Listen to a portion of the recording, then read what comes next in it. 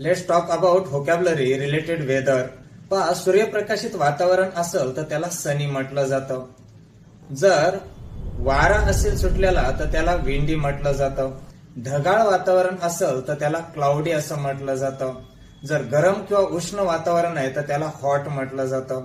थंड वातावरण आहे तर त्याला कोल्ड म्हटलं जातं. आनंददायी आणि शांत वातावरण आहे तर त्याला कूल म्हटलं जातं. भयंकर वादळ असेल सुटलेलं तर त्याला त्यावेळेस स्टॉर्म असं म्हटलं जातं.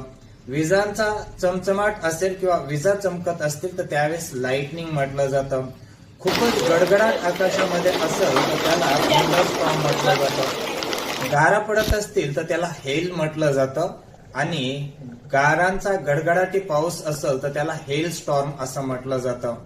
आणि संपूर्ण आकाशामध्ये ढग जमा असतील आणि ढगांनी आच्छादलेलं असेल तर त्याला ओव्हरकास्ट म्हटलं जातं.